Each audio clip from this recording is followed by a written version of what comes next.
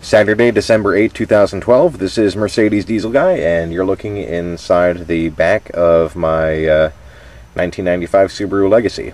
Actually, this one is my wife's car, but they're nearly identical. It's been a busy and stressful week. Last Saturday night, we tried to start this car, and it just would not start. So, it was cranking, but just wouldn't fire. On Sunday, I replaced the fuel pump relay, hoping that was the problem. It wasn't. And then on Monday or Tuesday evening, I actually checked the connector at the fuel pump, and I was getting voltage. So I surmised correctly in the end that my problem was a dead fuel pump. So I replaced that. I'm going to give you a few tips on replacing the fuel pump. I did it myself, end to end, in about an hour with no instructions. Not entirely true. I did last night very quickly thumb through the repair manual section on replacing it, but it's a really easy job. So I'm just going to give you a few quick tips here.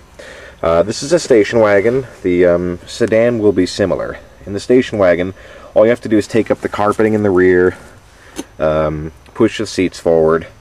However, in the sedan, I understand you actually have to remove the back seat, or at least part of it.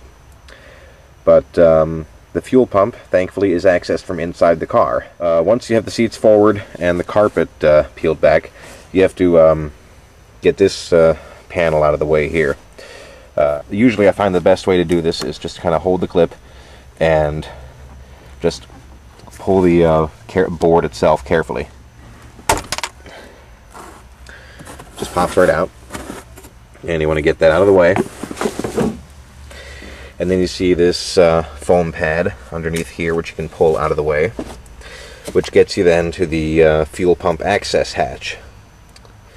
And you would undo these 4 screws here, and once the screws are out of the way, you lift off the hatch.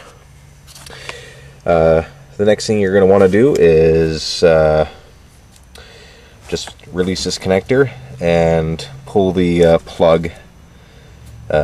pull the wire harness out of the plug connector here.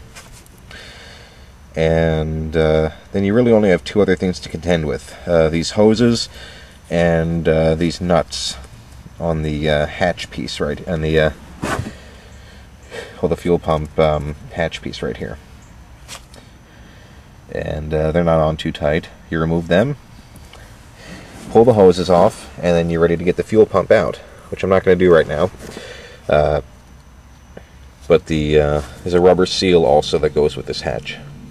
You're going to have to very carefully twist and turn the fuel pump to get it out.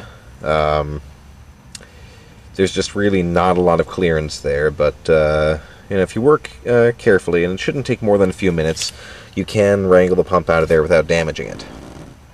So once it's out, and this is the part I'm not really going to show you, you basically just have to separate the pump from the bracket. It's just kind of, the pump itself is just kind of press fit to the bracket, and then you, just doing this from memory, you have to disconnect the wires going to the pump, and make sure you note which is the positive wire and the negative wire. Red one should be positive. I'm not sure if it's the exact same in all cars. That's how it was here. And undo the hose clamps, the internal hose clamps there on the fuel pump, and then just replace them. And installation should be the exact opposite of removal. The only other tip I can give you is to shop carefully for the fuel pump. I guess I got lucky. This one works just fine. Time will tell, of course, but I ordered a Beck Arnley. I got this off of Rock Auto. But we'll see what happens. If I have to replace it again, I do. It's not, once again, not that big a deal. And usually when you replace a fuel pump, in order to make sure they'll honor the warranty, you're going to need to replace the strainer. What I can show you, one last thing, is the old fuel pump. So, here is the old fuel pump. The wires get bolted to these 2 connectors. You can see the positive and the negative.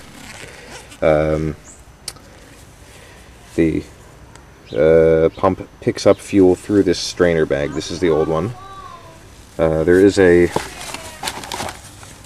rubber connector piece that does go on the bottom of the fuel pump here, but I'm not seeing it at the moment.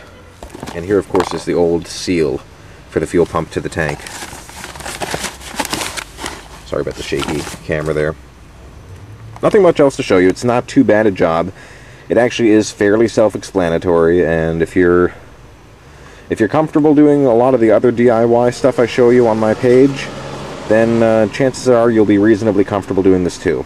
Although I recommend having a cardboard box full of newspaper here. You don't want to spill a lot of fuel in the car and then have to breathe that.